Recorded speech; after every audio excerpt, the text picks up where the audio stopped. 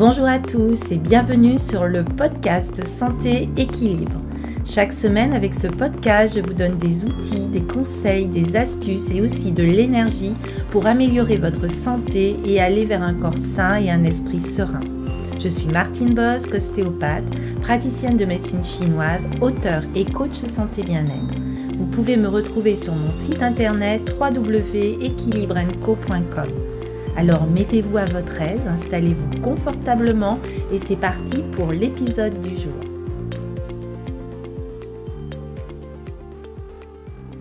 Bonjour, ravie de vous retrouver pour cet épisode numéro 40 du podcast Santé Équilibre. Et aujourd'hui, je voulais parler avec vous du métal qui est l'élément de l'automne, la saison de l'immunité en médecine traditionnelle chinoise. Alors l'automne est la saison des changements. C'est le moment où la nature entame son déclin. On le voit après l'apogée du yang, de la chaleur, de la maturation végétale, vient le reflux de la sève. Le yin va commencer à croître, les feuilles se fanent et tombent des arbres, les graines se dispersent au loin. L'obscurité prend le pas sur la lumière avec les nuits qui sont de plus en plus longues et le climat qui est associé à l'automne dans la médecine traditionnelle chinoise et la sécheresse qui est due à la rétraction sous l'effet du rafraîchissement extérieur. Alors à l'automne, la chaleur du corps qui était à la surface du corps en été se dirige naturellement vers les couches profondes du corps pour tempérer les organes vitaux en hiver. Mais si l'énergie bloque et ne peut rentrer à l'intérieur, il peut s'ensuivre de la défaillance dans les défenses immunitaires avec une vulnérabilité plus grande aux infections. Et c'est pour ça que le métal est vraiment la saison de l'immunité en médecine chinoise. L'automne incite donc au recueillement et prépare à affronter la rudesse de l'hiver. Et l'envie nous vient de limiter nos activités, de nous coucher plus tôt. Et l'humeur tourne doucement à la mélancolie, à l'intériorisation. Alors l'élément métal prend ancrage dans le corps avec les méridiens du poumon et du gros intestin. Ces deux viscères qui commandent la physiologie de l'odorat et de son organe sensoriel qui est le nez. Il dirige aussi cet élément métal le fonctionnement de la peau. Ainsi, si l'énergie du poumon est déséquilibrée, cela se manifeste souvent par des symptômes cutanés, par l'expectoration, par la toux, par des signes de dessèchement, par les pleurs. Et l'émotion du métal est la tristesse. C'est ce que nous allons voir ensemble dans ce nouvel épisode de podcast. Je vous rappelle que vous pouvez aller plus loin en achetant et en vous abonnant, en vous inscrivant même à un programme en ligne dont je vous mettrai le lien dans la description. Alors, quels sont les pouvoirs de cet élément métal dans cette saison de l'automne? Alors tout d'abord, on va avoir les pouvoirs du poumon, qui est comme le maître de l'énergie. Le poumon va gouverner la respiration et donc le qi. C'est lui qui va régler le début et le débit de l'énergie dans les méridiens. C'est le maître du qi et le toit de tous les organes. Il reçoit l'énergie du ciel par la respiration, mais aussi l'énergie alimentaire qui est extraite par la rate et qui va remonter au poumon afin d'y être purifiée et diffusée. Et ces deux énergies vont être assimilées, renouvelées au niveau du centre de la poitrine, puis elles vont circuler dans les méridiens et les vaisseaux par le cœur. Ainsi, une respiration régulière est le signe d'un poumon en bonne santé. Le diaphragme fait son travail de descente et de montée. L'énergie circule régulièrement et de façon fluide dans les méridiens. Par contre, s'il y a un blocage, on va retrouver de l'essoufflement, voire de l'asthme, un blocage au niveau de la poitrine, de la toux, l'altération de la voix et plus sérieusement de la tristesse, de la fatigue. C'est pour ça qu'il est très fréquent d'être fatigué dans ce changement de saison et dans cette saison de l'automne. Une disharmonie de l'énergie du poumon peut entraîner un vide, une stagnation de l'énergie dans n'importe quelle partie du corps. Ainsi, à l'inverse, en travaillant sur ce souffle, sur la respiration, vous allez faciliter la circulation de l'énergie et ainsi dissoudre les blocages. L'énergie et donc le sang ont une relation étroite, comme vous pouvez le voir. Il faut ajouter à cela que le stress, les émotions trop violentes et répétées ont tendance à provoquer aussi des blocages au niveau de notre diaphragme. On va avoir aussi une relation entre le poumon et le rein.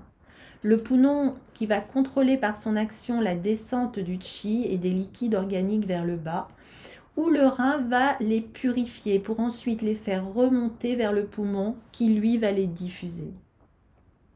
Alors si ce circuit ne se déroule pas bien, l'énergie va stagner ou à l'inverse, il va y avoir un essoufflement, de la transpiration, une accumulation de mucus dans les bronches, mais aussi de l'œdème par exemple. Et enfin, le rôle essentiel du poumon est d'être aussi le bouclier contre les agressions extérieures, que ce soit les microbes, la pollution, les virus. C'est pour ça que les Chinois le nomment l'organe délicat et qu'il est très très important dans notre immunité. Il va gouverner la surface du corps par sa relation à la peau et régir aussi au niveau des cheveux.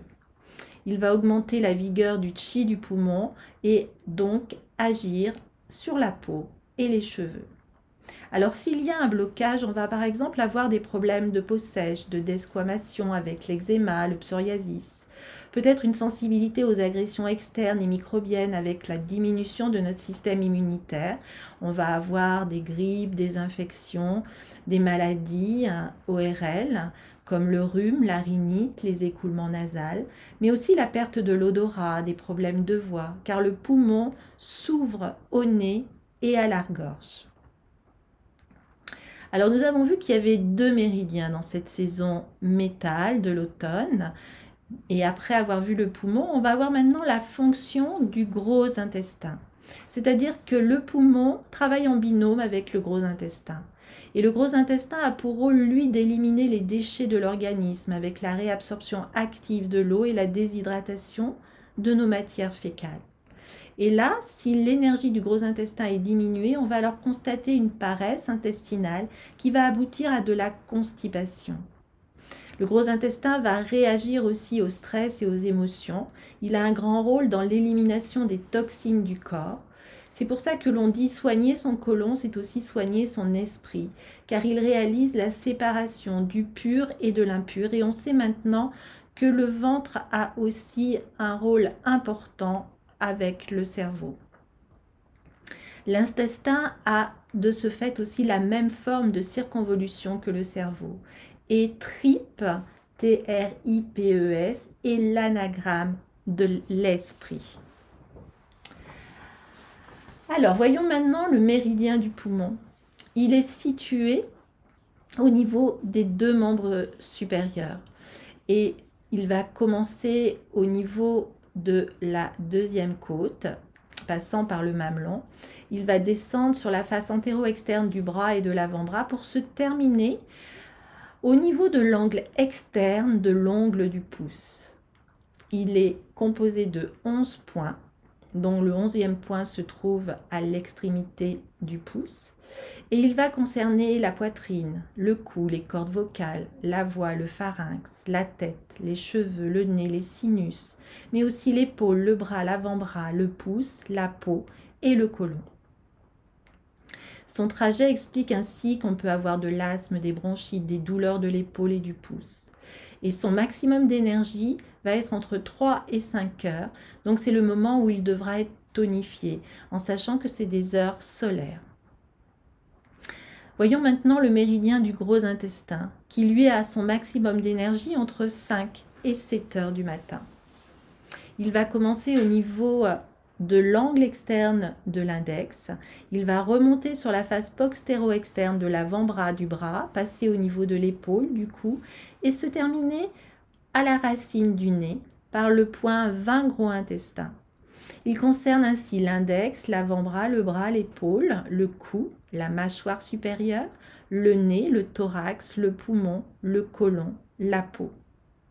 Et son trajet peut expliquer les déformations de l'index, les tendinites du coude, de l'épaule, mais aussi les rhinites.